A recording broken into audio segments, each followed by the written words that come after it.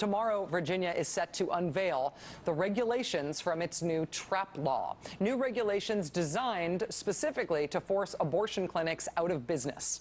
There are 21 abortion providers in the state of Virginia. Abortion rights advocates say that Governor McDonnell's new TRAP law could shut down 15 of the 21 clinics in one fell swoop. Joining us now is Tarina Keene. She's Executive Director of NARAL Pro-Choice Virginia and a member of the Virginia Coalition to Protect Women's Health, which is a group of medical providers and advocates formed specifically in response to Virginia's new TRAP law. Ms. Keene, thanks very much for joining us. Appreciate your time. Absolutely. Thank you for having me, Rachel. Did I describe what's going on in Virginia accurately? Do you expect that these regulations will effectively shut down most of the abortion providers in the state? Well, I think tomorrow, once the draft regulations come out, we'll have a better answer for that question. But if they are following the same track that our proponents are pushing, that they emulate the South Carolina regulations, then yes, we have a really big problem on our hands here. And I fear that the majority of our women's health care facilities will be forced to either close their doors or cease offering first trimester abortion care. What would be the effect, as I understand it, the idea is that abortion clinics that perform first trimester abortions will be regulated as if they are full-scale hospitals. What do you think the effect of that would be, not just on clinics, but on other doctors who may perform abortions just as part of a full OBGYN practice?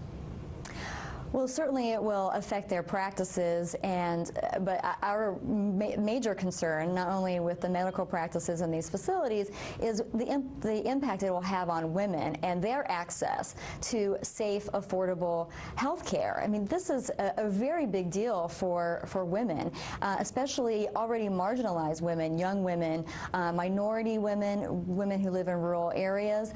I mean, this is a really big deal, and yes, I think it'll have an astronomical effect across the board. One of the things that we have seen this week in the reproductive rights scholarship world is that the Guttmacher Institute published a study that said that as the number of unplanned pregnancies and abortions have dropped over time among wealthier women, among poor women in America, the number of unplanned pregnancies and the number of abortions has gone up. If Virginia goes from 21 abortion clinics to 5 abortion clinics, if it goes down to some very much smaller number than there are now, do you expect that to have a disproportionate impact by income on women?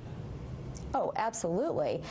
We know that the women who use women's health care facilities, many of them use them as their primary health care provider, simply because they are very affordable, and that's by purpose. Many women's health care facilities have been open for a very long time, and they understand the problems that women face when it comes to seeking safe and affordable health care. And like I said before, many of these women are marginalized already, and this might be the only place that they can go for their general health care needs, not to mention their reproductive health care needs, such as birth control and their regular annual pap smears and cancer testing, STI testing. These are things that are very important to the women of Virginia, but especially those groups that tend to be underinsured, uninsured, young, and rural women. They really depend on these facilities. I mentioned in the introduction that you're part of a group that has formed in Virginia specifically in response to this new TRAP law and these regulations from Governor McDonnell. What are advocates in Virginia doing at this point to try to strategize in this environment, and what do you think happens next after these regulations come out tomorrow? Well, we definitely have formed this coalition to try to mitigate these regulations, to give us the best case scenario, although we feel like being singled out is never a best case scenario. But since we have this situation, we want to make sure that we're part of the process. We are recruiting medical professionals who have expertise in this area, and also patients who have used these facilities, to really talk to the Board of Health members and other people in the community to just basically talk about how this all happened in the first place. I mean, this is all based in politics. This is not about health and safety of women.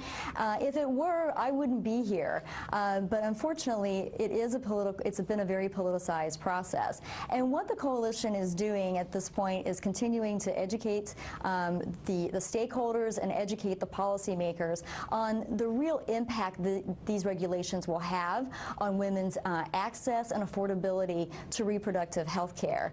And so we're very excited. We kicked off the coalition last week. We are out gathering signatures for a petition. We have well over 1,200 signatures at this point, and we hope by October we will be able to deliver about 10,000 signatures to the governor, asking him to base these regulations in sound medical science and not in politics. That is what will keep women safe and will continue this their access to first trimester abortion care, among other health care needs. Tarina Keene, Executive Director of NARAL Pro-Choice Virginia. Tarina, thanks for your time tonight. Keep us in touch on this. Again, thank you. Will do.